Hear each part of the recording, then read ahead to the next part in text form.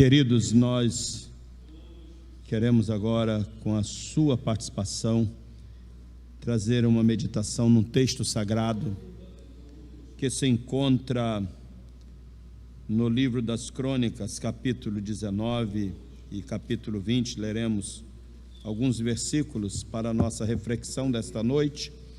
Eu te convido aí na sua casa a participar. Se a sua Bíblia estiver ao alcance aí da sua mão, abra a sua Bíblia, a palavra de Deus, Santas e Sagradas Escrituras, no livro das Crônicas, segundo livro das Crônicas dos Reis de Israel e de Judá, capítulo 19, versículo 1. O texto sagrado nos diz assim: E Josafá, rei de Judá, voltou à sua casa em paz a Jerusalém. E Geu, filho de Anani, o vidente, lhe saiu ao encontro e disse ao rei Josafá: Devias tu ajudar ao ímpio e amar aqueles que ao Senhor aborrecem? Por isso virá sobre ti grande ira da parte do Senhor. Capítulo 20, versículo 1. E sucedeu que depois disso, os filhos de Moabe e os filhos de Amon, e com eles alguns outros dos amonitas, vieram a peleja contra Josafá. Então vieram alguns que deram aviso a Josafá, dizendo: Vem contra ti uma grande multidão, da além do mar e da Síria, e eis que já estão em Hazazon-Tamar, que é em Gedir. Versículos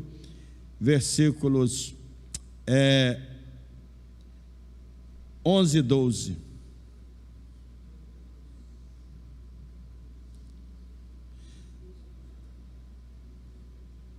Vamos ler o 10, perdão, também o 10. Diz assim o versículo 10: Agora, pois, eis que os filhos de Amon e de Moabe, os da montanha de Seir, pelos quais não permitiste que passasse Israel quando vinham da terra do Egito, mas deles se desviaram e não o destruíram, eis que nos dá um pago vindo para lançar-nos fora da herança que nos fizeste herdar. Ah, Deus nosso, porventura não o julgarás? Porque em nós não há força perante esta grande multidão que vem contra nós, e não sabemos nós o que faremos, porém os nossos olhos estão postos em ti. Versículo 13. Então todo Judá estava em pé perante o Senhor, como também as suas crianças, as suas mulheres e os seus filhos. Amém. Meus queridos, baseado na narrativa desse texto, eu queria nesta noite vos trazer uma mensagem com o seguinte tema: o que fazer quando não há mais esperança? O que fazer quando não há mais esperança? Quantas vezes já em nossa caminhada, na história de nossa vida, já não deparamos com momentos, com situações, com desafios humanamente insolúveis? Nesses momentos, a gente olha para um lado, olha para o outro, nada, não tem solução, nada de possibilidades, nada de soluções. Todos nós já vivemos situações parecidas, momentos difíceis, mas nós estamos aqui hoje, sinal que Deus de alguma maneira veio ao nosso socorro, veio nos ajudar naquele momento difícil, olhando, fazendo uma introspecção de nossa própria vida, de nossa própria experiência pessoal. Quando nós olhamos para o relato bíblico, tanto no Antigo como Novo Testamento, encontramos o povo de Deus, assim como muitos de seus servos, passando por iguais situações, com grau de impossibilidade tão elevados que só Deus poderia dar a saída através de uma ação milagrosa de socorro. Em toda a Bíblia Sagrada, nós vamos ver isto acontecendo. Nós vamos ver, por exemplo, Moisés. Quem não lembra de Moisés? De frente daquele mar. Geograficamente tinha montanha de um lado, montanha do outro. Na frente tinha o mar. E atrás vinha o exército mais poderoso da época.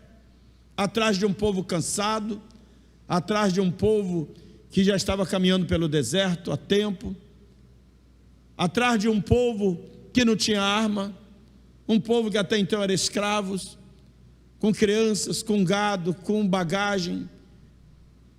E aquele povo agora se depara numa situação sem saída, montes de todos os lados, o mar à frente e o inimigo vinha atrás. O que fazer?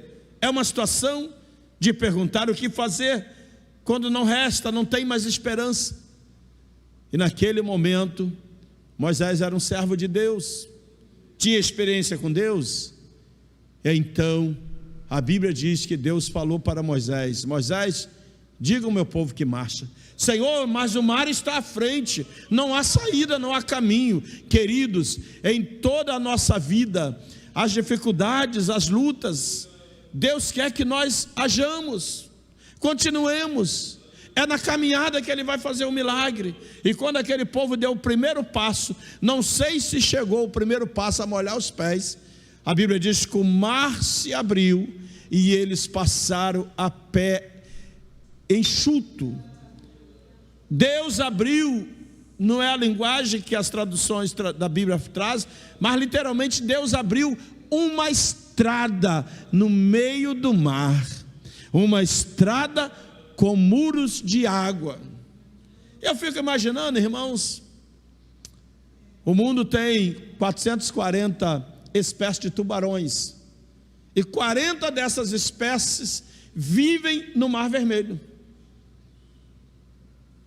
Nós conhecemos aquele local, já paramos ali próximo, e às vezes eu ficava pensando, voltando a minha lembrança na Bíblia de uns 2 a 3 mil anos atrás, ou mais até, daquele milagre.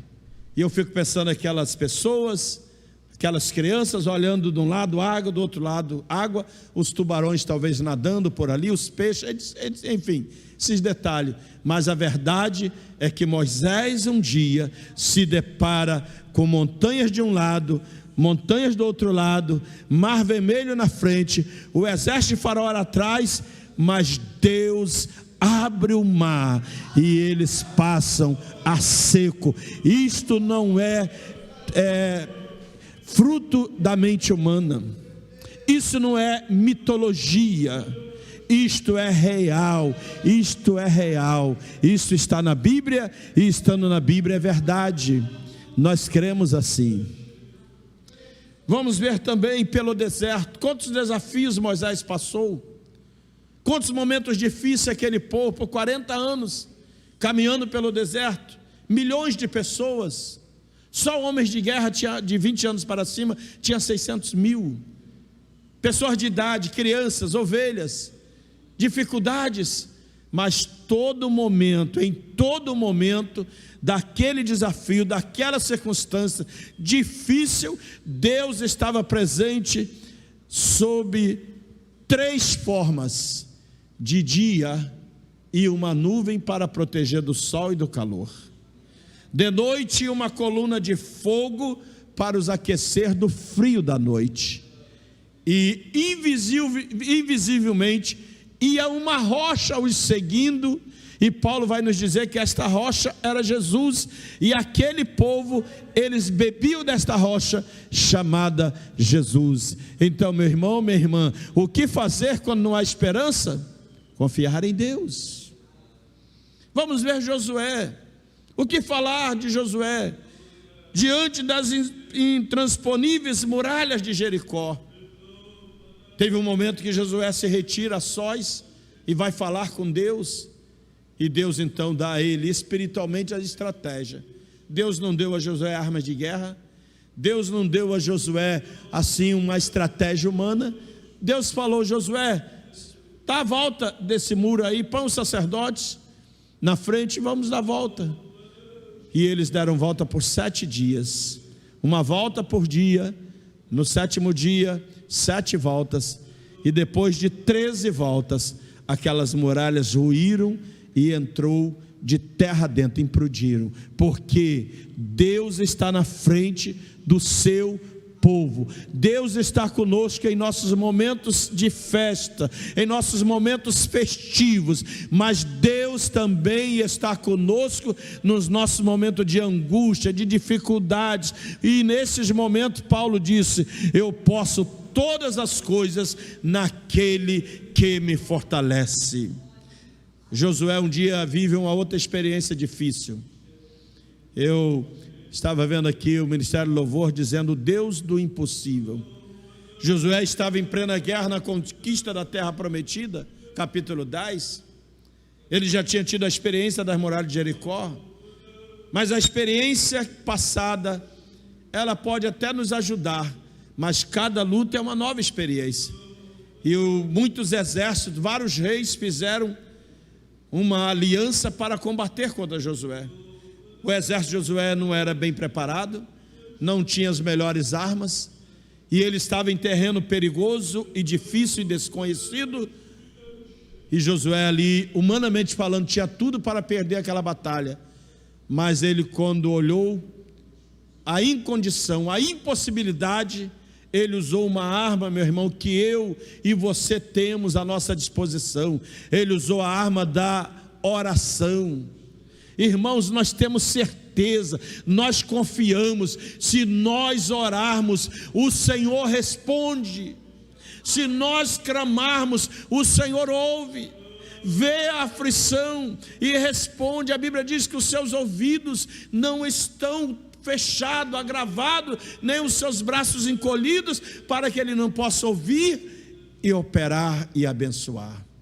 Josué orou, e a Bíblia diz que o sol se deteve a pedido de Josué, e a lua parou, o sol parou e a lua se deteve, e aquele dia durou quase 24 horas, e Deus deu a vitória a Josué. Mas há um versículo muito interessante no capítulo 10, 14 de Josué, que diz que nunca houve dia semelhante àquele, nem antes e nem depois, ouvindo Deus a voz de um homem. Meu irmão, minha irmã, você que está me ouvindo esta noite, meu querido obreiro, pastor que talvez está preocupado. Eu tenho ouvido muitos pastores preocupados com tantas coisas, com a parte financeira da igreja, não está preocupado com si mesmo, está preocupado com a responsabilidade da igreja, com os irmãos que não estão congregando, e muitos não se precaveram de fazer um trabalho como esse que nós estamos fazendo, de estar atendendo as ovelhas através da rede social, atendendo a igreja, orientando, passando a mensagem de Deus. Eu quero te dizer, você que me ouve, Deus ainda ouve voz de homens, voz de mulher. Ele diz, como já foi falado aqui: clama a mim e responder-te-ei.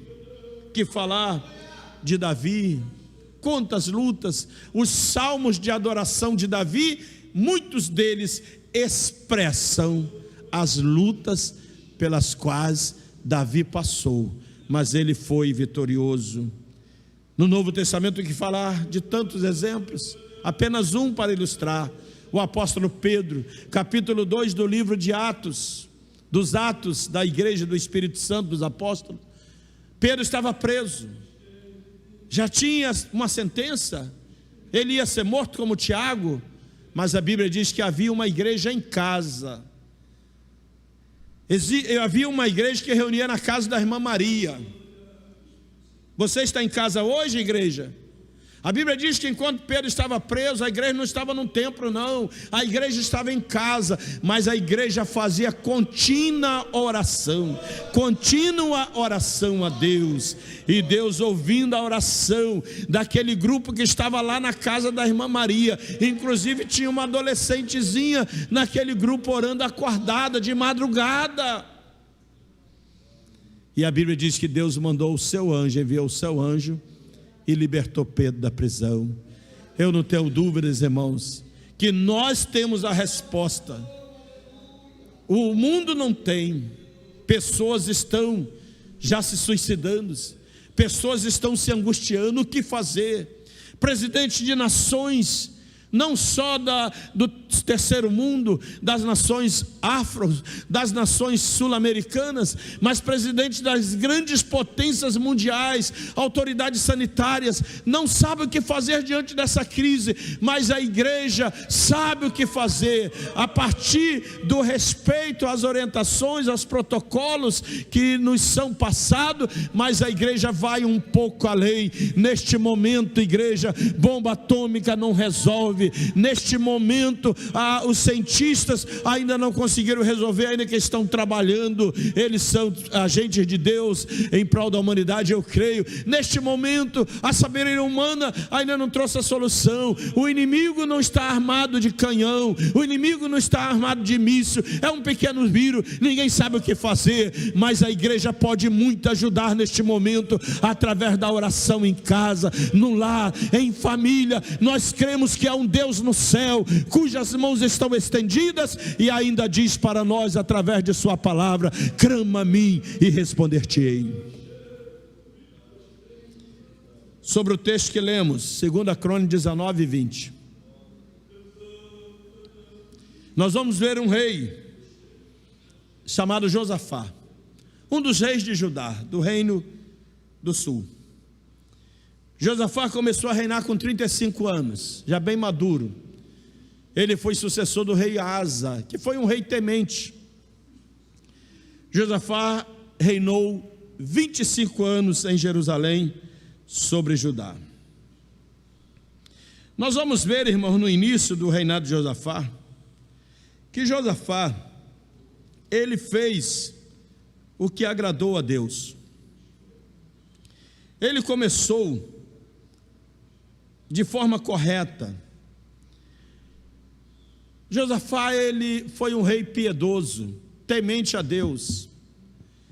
O Josafá, irmãos, tem um versículo, alguns versículos na Bíblia, no capítulo 17, que narra o início de seu reinado. A partir do versículo 7, o texto sagrado diz que no terceiro ano do seu reinado, 3 anos depois, ele enviou os seus príncipes, aí vem falando o nome de vários príncipes, para ensinar na cidade de Judá.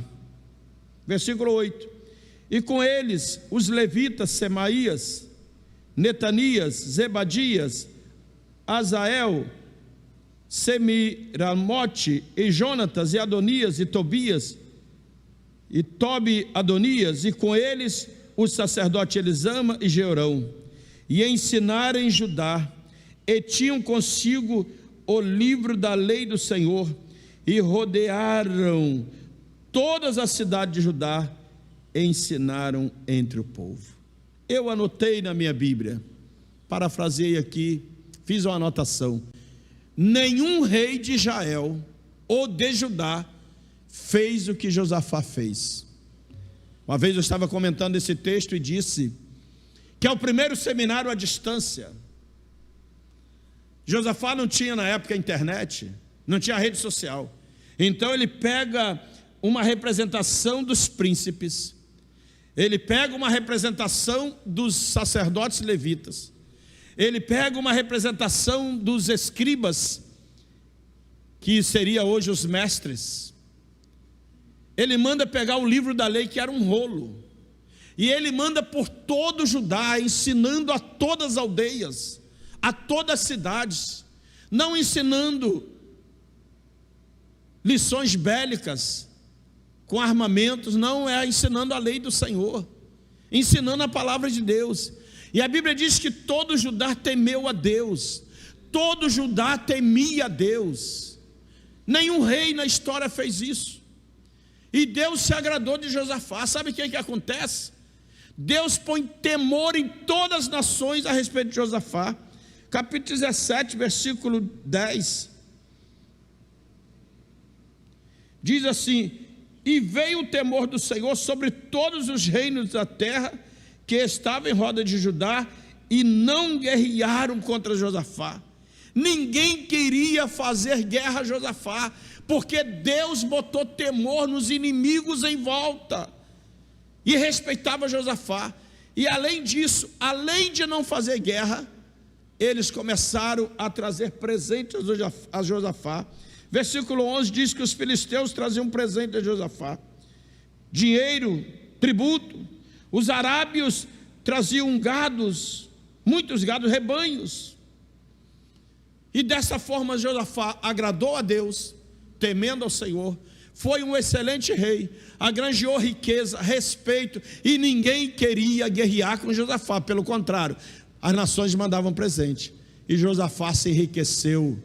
Josafá ganhou fama, Josafá ganhou poder. Mas em algum momento Josafá sai da presença de Deus, da direção de Deus, e o capítulo 18 não deveria existir no livro das Crônicas se Josafá tivesse permanecido debaixo da orientação de Deus. Mas o 18, versículo 1 do livro de 2 Crônica diz assim: tinha por Josafá riquezas e glória em abundância, e aparentou-se com Acabe. E assim nós vamos ler que este rei mau de Israel, o Acabe, um rei profano, um rei ímpio, o Josafá faz aliança com ele. O Josafá chega a casar, a aliançar-se com a família dele e se tornar-se parente. O versículo 3 do capítulo 18 diz: porque Acabe, rei de Israel, disse a Josafá, rei de Judá: irás comigo a Ramote de Gileade? E ele disse: como tu és, serei eu, e o meu povo como teu povo, iremos contigo à guerra. Ora, meus amados, se Deus deu paz ao reinado de Josafá, que ele tinha que procurar guerra, se aliando a uma nação ímpia, a um rei ímpio, a um rei adorador de Baal? Eu me detenho um pouquinho do meu tema aqui, para mandar um alerta para os meus irmãos, para minhas irmãs. Infelizmente eu tenho visto na igreja muita gente que, enquanto estavam pequenos em influência, enquanto estavam pequenos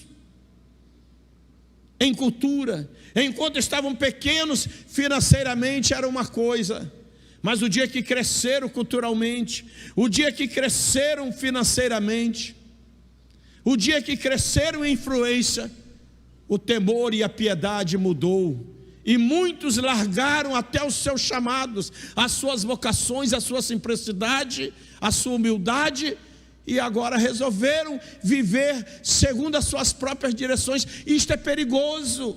Eu mando um alerta: Deus não dorme, Deus contempla todas essas coisas.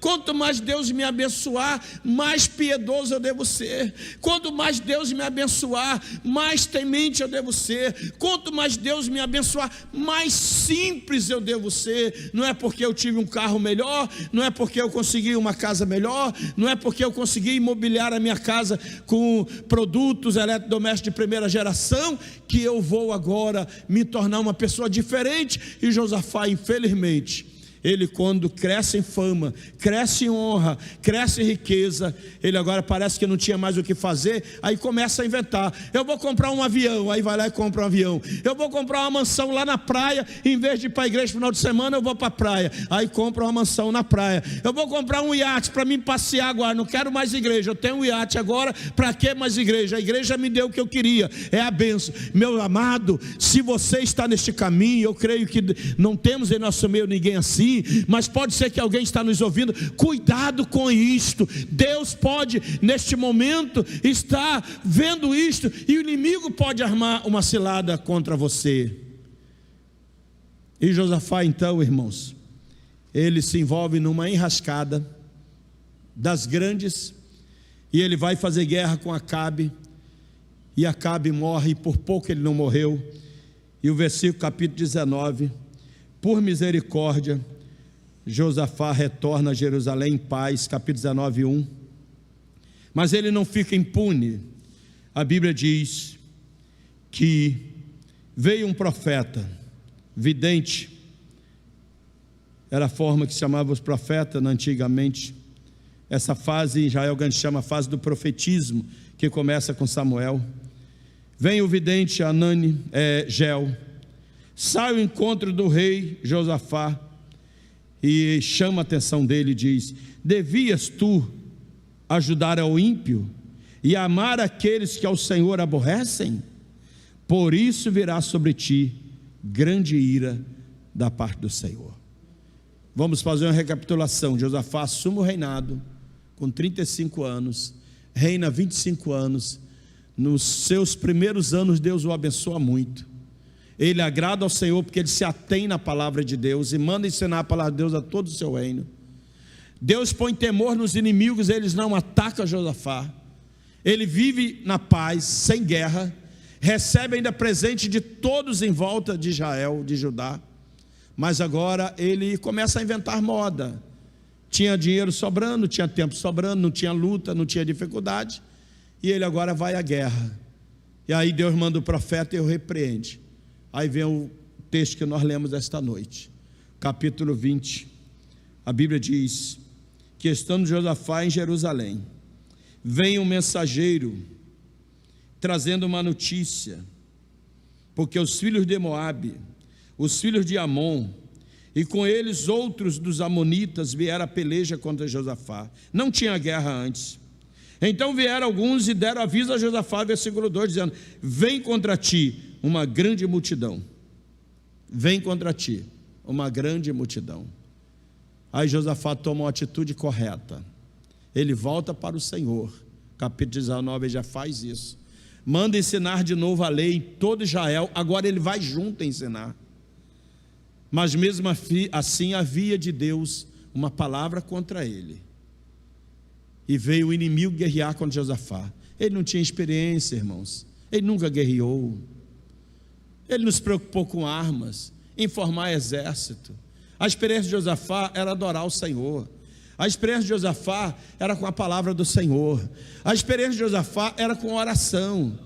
A experiência de Josafá era clamar. E a única coisa que ele sabia era isso. Então o que ele faz? Reúne o povo. A Bíblia fala das crianças, dos adolescentes, dos jovens, e marca um dia para clamar. E a Bíblia diz que Josafá começa a orar. E no versículo 12 do capítulo 20, é o ápice desta oração, deste clamor. Ele disse: ah, Deus nosso, porventura não o julgarás, porque em nós não há força perante esta grande multidão que vem contra nós, e não sabemos nós o que faremos, porém os nossos olhos estão postos em ti. Esta era a condição do rei Josafá e do povo de Deus em relação ao inimigo. Eles não sabiam o que fazer, eles não tinham força, mas eles tomaram uma atitude: nós vamos colocar os nossos olhos para o Senhor, nós vamos continuar esperando no Senhor. Os nossos olhos postos em ti, posto em Deus, significa nós vamos confiar. Não há jeito, não há esperança, mas nós vamos confiar que mesmo que nós temos errado, mesmo que nós em algum momento saímos do caminho, mesmo que Deus manda esta guerra, essa multidão como uma punição, nós vamos nos humilhar. Não temos força para guerrear, não temos arma, não temos exército, mas nós temos a voz para clamar, o joelho para dobrar. Vamos orar ao Senhor. Irmãos, a história do povo de Israel, a história da igreja, jamais vai registrar momento, seja ele pessoal em família, seja ele local na igreja, ou seja ele nacional em uma nação, que se volta a clamar ao Senhor, que Deus fica imóvel, que Deus não atende, que Deus não opera. E quando eles estavam clamando, a Bíblia diz que o Espírito de Deus, ele estava orando ao Senhor: ó Senhor, faça alguma coisa, nós não sabemos o que fazer. A Bíblia diz que então, quando eles estavam orando, em pé, clamando, prostrado, criança, adulto, todos diante do Senhor, as mulheres, os seus filhos, então o Espírito do Senhor veio no meio, versículo 14, veio no meio da congregação sobre Jaziel, filho de Zacarias, filho de Benaia, filho de Jeiel, filho de Matanias, levita dos filhos de Asaf.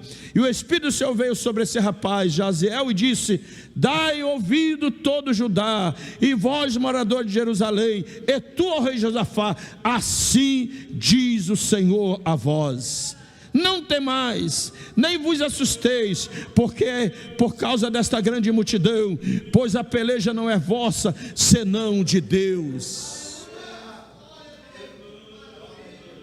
Eles não tinham força, eles não sabiam o que fazer, mas eles ficaram atentos a Deus. Qual foi a palavra que Deus enviou pelo Espírito Santo através daquele jovem profeta? Nesta estais, dai ouvido ao Senhor. Não temais, nem vos assusteis, por causa dessa grande multidão, a peleja não é vossa, mas de Deus.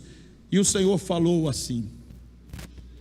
E aí, irmãos, Deus dá a estratégia que eles deveriam fazer. Pela primeira vez na história, um povo ganha uma guerra contra um grande exército, apenas louvando, apenas adorando. Me lembro muito do hino, está em voga neste momento, muito cantado em todos os lugares. Vencer adorando, foi o que aconteceu com Josafá. O que fazer quando não há mais esperança? Sabe qual foi a palavra de Deus? Nesta peleja não tereis que pelejar. Parai, está em pé e vede a salvação do Senhor, para convosco ajudai Jerusalém. Não temais, nem vos assusteis. Amanhã saí ao encontro, que o Senhor é conosco. Há um desafio na humanidade. 3, 4 meses atrás estava fazendo programação, viagens, programação de calendário esportivo, as faculdades fazendo seu calendário anual, os governos projetando concurso, as famílias projetando o futuro dos filhos, os casais projetando casar, os bem casados projetando uma nova lua de mel, os nossos políticos calculando o orçamento para o ano e os projetos sociais e etc. E nós vemos falando desse problema lá longevo, lá na Ásia, do outro lado do mundo. Daí a pouco o Brasil faz uma operação de guerra, gastando milhões talvez, para trazer 34 pessoas de lá, para impedir que isso chegasse no Brasil, aquelas pessoas ficarem em quarentena lá em Anápolis, em Goiás, por 2 ou 3 semanas, para impedir. Mas isso que está acontecendo no mundo é surreal. Isso que está acontecendo no mundo não é. O mundo já experimentou muitos vírus, muita coisa, muita pandemia, mas o que está acontecendo agora é desafiador. E quando parece que não, ele vai chegando sorrateiramente. E chegou no Brasil. O que nunca alguém imaginou, que a igreja seria, os templos ficariam vazios.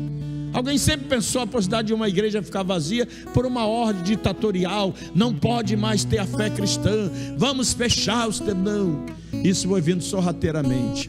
Aí Deus permite que nós, em vez de ir para o templo, onde a gente é muito eficaz, sabe, irmãos, me perdoe, no templo nós somos muito eficazes. Aqui é fácil cantar, aqui é fácil adorar, a gente canta. Se o diabo entrar lá na porta, será, Carlinhos, que eu vou falar é verdade?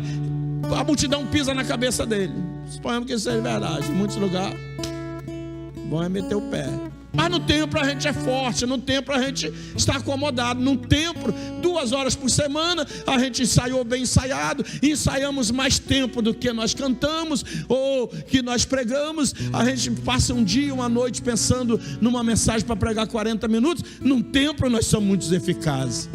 Mas o Senhor permite que nós venhamos para a nossa casa, refletir como é que está a nossa casa, como é que está a nossa família, como é que está a nossa esposa, como é que estão os nossos filhos, como é que está a nossa vida pessoal.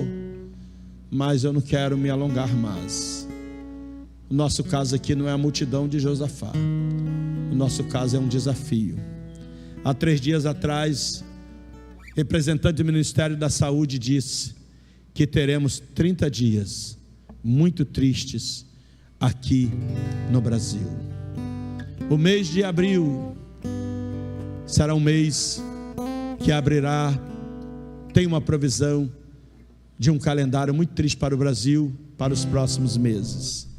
Mas nesta noite eu falo a igreja que tem joelhos para se dobrar, a igreja que tem voz para clamar, a igreja que tem lágrimas para chorar. Aliás, meu irmão, minha irmã, há quanto tempo você não ora a sério mesmo? Há quanto tempo você não chora na presença de Deus? Há quanto tempo passou aquela última luta que você estava desempregado? Há quanto tempo passou aquela última luta que você queria passar no concurso e você chorou e implorou e buscou oração e ligou para as irmãs que oram para orar por você, orou de madrugada, chorou, fez jejum, fez propósito? Há quanto tempo tu não faz mais isso? Deus está nos chamando agora a retornar à sua presença. E eu quero dizer aos irmãos que o nosso Deus não muda se nós orarmos. Está escrito aqui na Bíblia Sagrada, o escritor sagrado apenas escreveu, mas quem falou foi Deus, mediante um cenário de calamidade. Porque Salomão, quando ora no capítulo 6 de segunda crônica, ele ora pensando num cenário de calamidade, num cenário de seca, num cenário de guerra, num cenário de praga na plantação, num cenário de cativeiro. E Salomão, quando ora, aí quando ele acaba aquela oração, Deus responde e diz: Salomão, eu ouvi a tua oração, e se o meu povo que chama pelo meu nome, é o nosso desafio, igreja, orar e se humilhar, buscar a minha face, a oração contínua. Buscar a face não é aquela oração para passar no concurso, para curar a enfermidade, não é aquela oração para ter uma casa nova, não é aquela oração para ter um emprego melhor ou uma promoção. Buscar a face do Senhor é fazer, é ter continuidade, é gozar de comunhão com Deus. É a oração de Enoque a vida inteira, e se arrepender dos seus maus caminhos. Deus diz, eu passo para vocês hoje a palavra de Deus: assim diz o Senhor, eu ouvirei do céu, perdoarei os seus pecados e sararei a sua terra. Eu creio, estou orando por eles, pelos nossos sistemas de saúde, pelas autoridades sanitárias, mas a igreja do Senhor, com humildade e simplicidade de um servo, eu expresso isso: a igreja do Senhor em muito pode fazer. Este vento pode ser afastado do Brasil no seu ímpeto, como está sendo anunciado nesta noite. O que fazer quando não há mais esperança? O que fazer? Clamar ao Senhor. Sabe por quê? O texto sagrado diz que a esperança e a fé e o amor nunca acabarão. Eles são transcendentes, eles vão passar para a eternidade. E nesta noite nós estaremos louvando ao Senhor, mas no final nós queremos orar, suplicar a misericórdia de Deus, a bênção de Deus sobre a sua vida. Você está em casa, quem sabe passando por uma luta, independente dessa turbulência aí anunciada, mas você está enfermo, você está com ansiedade, precisando que Deus faça um milagre na sua família, na sua casa, no seu filho está nas drogas, sua filha está desviada, seu esposo está fraco na fé. Nós vamos orar, e o Espírito de Deus sempre entra em ação quando a igreja ora. Louvemos ao Senhor.